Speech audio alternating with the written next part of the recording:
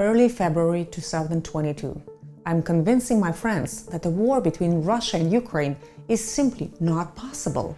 We're neighbors. We used to be part of one country. We have friends and relatives all over.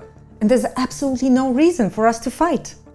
2 weeks later, and Russia attacked Ukraine from the territory of Belarus, my home country. Мы просто зашли уже в наглую. Думаю, ну убьют меня. Да и поебать нахуй. Я зато знаю, что я за собой все равно столько-то людей задеру. И все у нас пулеметчик. Как давай косить все нахуй. Детей, там, баб, мужиков, местных, не местных. Просто все выкосили. Мы заходили в хаты и просто расстреливали. Просто все надоело. The atrocities of the Russian soldiers are beyond comprehension. But what if I told you that there is a book that will help you understand why soldiers act this way and foresee what awaits Russian society after the war is over? Let me tell you about the Belarusian writer Svetlana Alexievich, a winner of the 2015 Nobel Prize in Literature. She is best known for her book Voices from Chernobyl, the novel that HBO series Chernobyl is loosely based on. But today we will look into another book of hers, Zinky Boys. This book is so controversial that when it came out in 1989, right after the Soviet army withdrew from Afghanistan, it was extensively criticized by both those who despised the war and those who praised it. Miss Alexievich was summoned to court by the very protagonists of her book. Soon you'll understand why. Mother, you gave me a proper upbringing. I want to go to Afghanistan to prove that high ideals still matter in this life. Not all humans only wish for a full fridge and a new car. There is more to life than that. Zinky Boys is a collection of stories that Miss Alexievich collected from Soviet veterans of the Afghan War, the nurses, the mothers of those who died there and those who returned. The name of the book comes from the fact that Soviet soldiers killed during the war were sent home in zinc coffins. A quick overview of that war. See if you can spot similarities with the war Russia started in Ukraine. First, the Soviet invasion of Afghanistan was officially called the fulfillment of international duty by a limited contingent of Soviet troops in Afghanistan. Мною принято решение о проведении специальной военной операции. The official reason for invading Afghanistan was unclear. It was supposed to establish the socialist way of life in the country. И для этого мы будем стремиться к демилитаризации и денацификации Украины. It lasted over 9 years and took the lives of somewhere between 16 and 26,000 Soviet soldiers. As of December 2024, the number of Russian soldiers who have died in Ukraine is estimated to be at least 70,000. Там тоже недалеко от Авдеевки, там своих пацанов забрать нахуй не можем, больше месяца лежат. Лисы, блядь, пацанов обыладывают, хавают, ебать. А чтоб ты понял, блядь, короче, нету тела, нету дела. То есть на компенсацию родственники. You could be wondering why you should be concerned with these wars far away that don't seem to influence your life.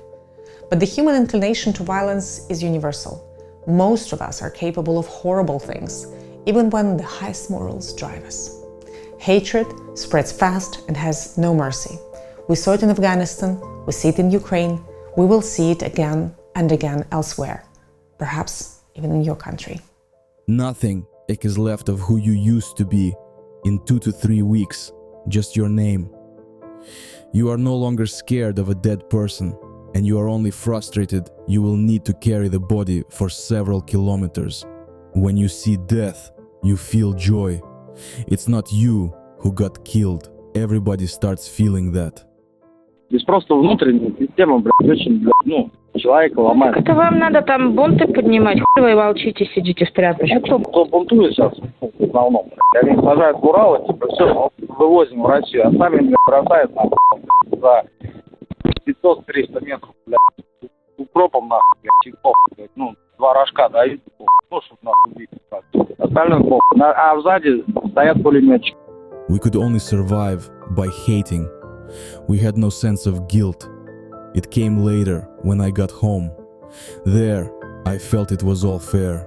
Here, I am, terrified to think of the little girl lying in dust with no hands and feet, like a broken doll.